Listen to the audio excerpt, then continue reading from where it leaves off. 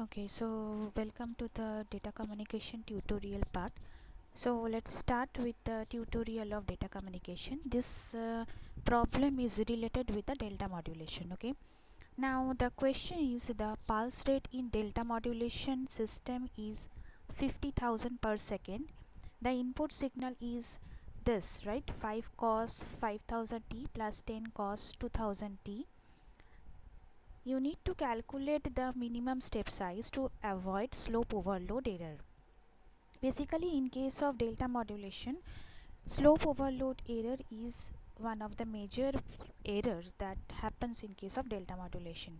So to reduce this error, the rate is taken in this form, that is the slope of this staircase function and the slope of the analog signal is related with this equation, that is the slope of the staircase should be at least greater than or equal to the slope of the analog signal. Okay, why it is slope? Because delta into fs can be represented as delta by ts. Okay, so delta is the height of the staircase and ts is the width of the staircase. Okay, so delta by ts is basically the slope of the staircase. It is also written in the form of delta into fs. Okay, now ddt we know from the class 12 standard that ddt of mt, because it is the derivative of the signal and the maximum derivative will give you the slope of the functions. Okay, so what is the maximum derivative,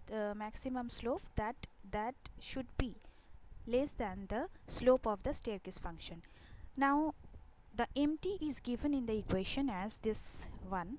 Okay, now if you calculate this, you will get this one, that is 5 cos 5000 t plus 10 cos 2000 t. So if you calculate the derivative of mt with respect to t, and the maximum value will be this one, right? So it is 45,000. Okay, so this right hand part you have calculated as 45,000. Now fs is the pulse rate and it is given in this question is 50,000 per second. Okay, so fs is there in this expression, so delta value you need to calculate from this expression. Okay, so delta value is given as like 45000 divided by 50,000, that is going to be the 0.9, right? So this is the answer for this question. Now come to the second question. If the number of levels in APCM are increased by a factor of 1.5, then the resultant increase in the SNR in dB is. Okay, so you need to calculate the resultant increase in SNR, not only the increase value, but you need to convert the increase value into dB. So the equation of SNR of PCM is known as the general expression of SNR is signal power to quantization noise power. Okay, now the quantization noise is basically, we know that the maximum quantization noise is denoted by del square by 12, where delta is nothing but the deviation of the signal, the you can say the Vmax minus Vmin, the deviation of the signal divided by the number of level. So delta is denoted by, deviation is a constant value, right? So this is k, I have taken this one k, divided by number of level capital L whole square. So this is delta square by 12. Okay, so you can see if you put the quantization noise, this power, as the denominator, the SNR will be directly proportional to L square. If it is directly proportional to L square, then if L is increased by 1.5 times, then SNR will be increased by square of that, that is 2.25. Okay, it is the normal increment in SNR. Now in your question it is given that increase of SNR in dB. So what you have to do, the increase value you need to convert it into dB, and if you calculate this value, that 10 log base 10 2.25, this is the normal increment. So you are calculating this normal increment, you are representing it in terms of dB, you will get this value, right? So this is the way you can calculate the increment of SNR in dB. Okay, So let's start with another problem. A signal MT or MF, if it is in frequency domain, that is it is in the form of spectrum, we write down MF. So if it is in FMF, the bandwidth is 3.6 kilohertz. Okay, so a signal M1F is band limited to 3.6 kilohertz, and three other signals M2, M3 and M4 have band limited to 1.2 kilohertz. Okay, so each of the signals are to be transmitted by means of TDM. Calculate the speed of the commutator, that is the frequency, right? So the thing is that when you are calculating this, so first you need to calculate the bandwidth of the total TDM signal. So what is the total bandwidth of the system, that is the signal. You need to, how many signals are there? Basically there are 4 signals, okay, M1, M2, M3 and M4. So what are the bandwidths? 3.6, and the other 3 signals are having the bandwidth of 1.2. okay, so if you sum up all the bandwidths, you will get the bandwidth of the total signal. So this is basically 7.2.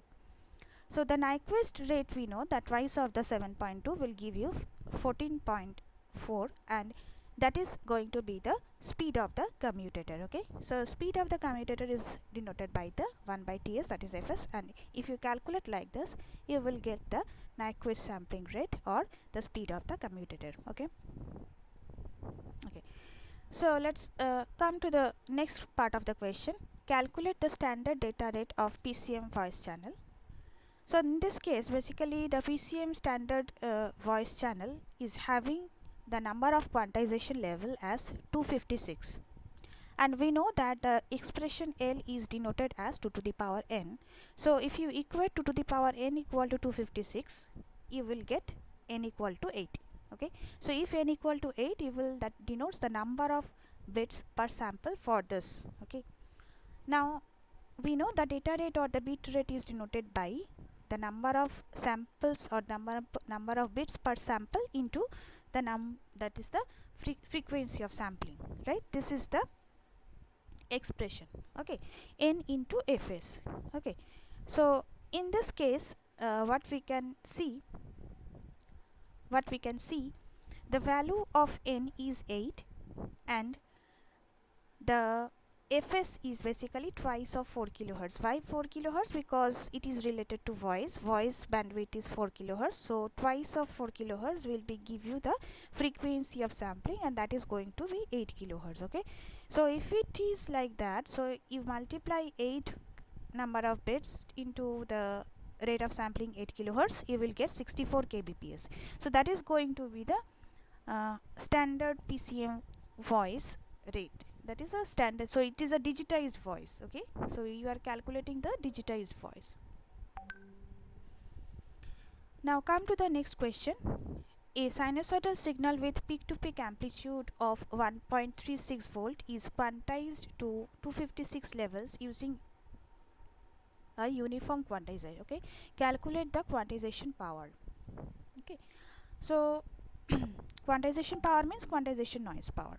So in this case, you can see the Vmax or Vmin is not given, the range is given, that is Vmax minus Vmin is basically peak to peak amplitude, and this value is directly given here.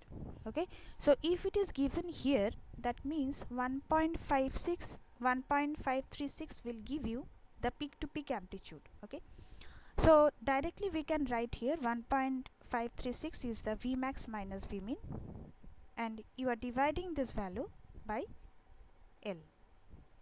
What is the value of L? It is denoted as 256, the number of quantized levels.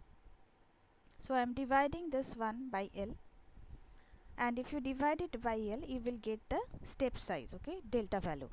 Okay, now all of us know that the quantization noise power is nothing but the del square by 12. So if you have the knowledge of delta, if you can just calculate this one using one calculator, you will get the value of delta. So del square by 12 will give you the quantization noise power. Okay, so quantization noise power will be like this, right? Let us go through another example. A signal M1F is band limited to 3.6 kilohertz Three other signals M2, M3 and M4 are band limited with 1.2 kilohertz. Okay, this is TDM. It is similar to the previous question. If the commutator output is quantized to L equal to 1024 number of levels, then what is the binary coded signal bit rate? Okay, so the thing is that you are digitizing the TDM. Okay, so the bandwidth of TDM in the previous problem we have calculated same, the datas are same. 3.6 is the bandwidth of one signal M1F, and the other three signals M2F, M3F and M4F are having the bandwidth 1.2. Okay, so in that case what we can do, that if you add all these things you will get the bandwidth of the TDM signal, that is 7.2. So the question is, what is the bit rate of that if the number of quantization level is 1024? We know that if L equal to 1024, the n value, we know L equal to 2 to the power n, so the value of n will be 10. Okay, so the value of n is 10, so bit rate is n into fs. Okay, so n into 2 into the bandwidth of TDM signal, so it will give you 144 kbps. Okay, so this is the answer for this question. Next, come to the next question. Consider an audio signal comprising of three signals. Basically this is a multi-tone signal xt like this. Okay, the signal is quantized using 10-bit PCM using the Nyquist sampling rate. Calculate the SNR. Okay, so the formula of calculating SNR in case of PCM is given as 6.02 into n plus 1.76, and the unit is always in dB, decibel.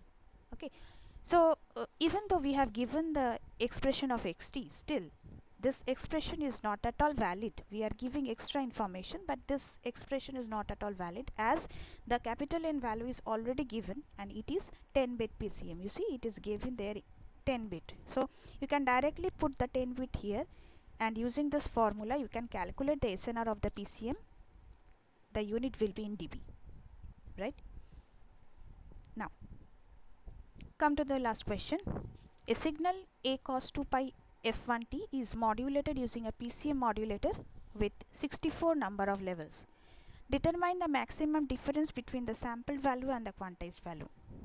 Okay, so the difference between the sample value and the quantized value is known as the quantization or the error or the quantization noise. Okay, and we know that the maximum quantization noise will be delta by 2.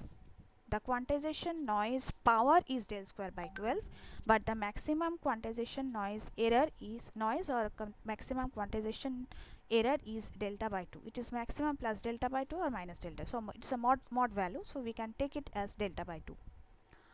So in this case you can see the amplitude of the signal is A. Okay, so what is the peak to peak deviation? It will be 2a. So we have given delta as 2a by capital L will be the delta value divided by 2. Okay, and what is this 2a by, what is the L value? L value in the question it is written as 64.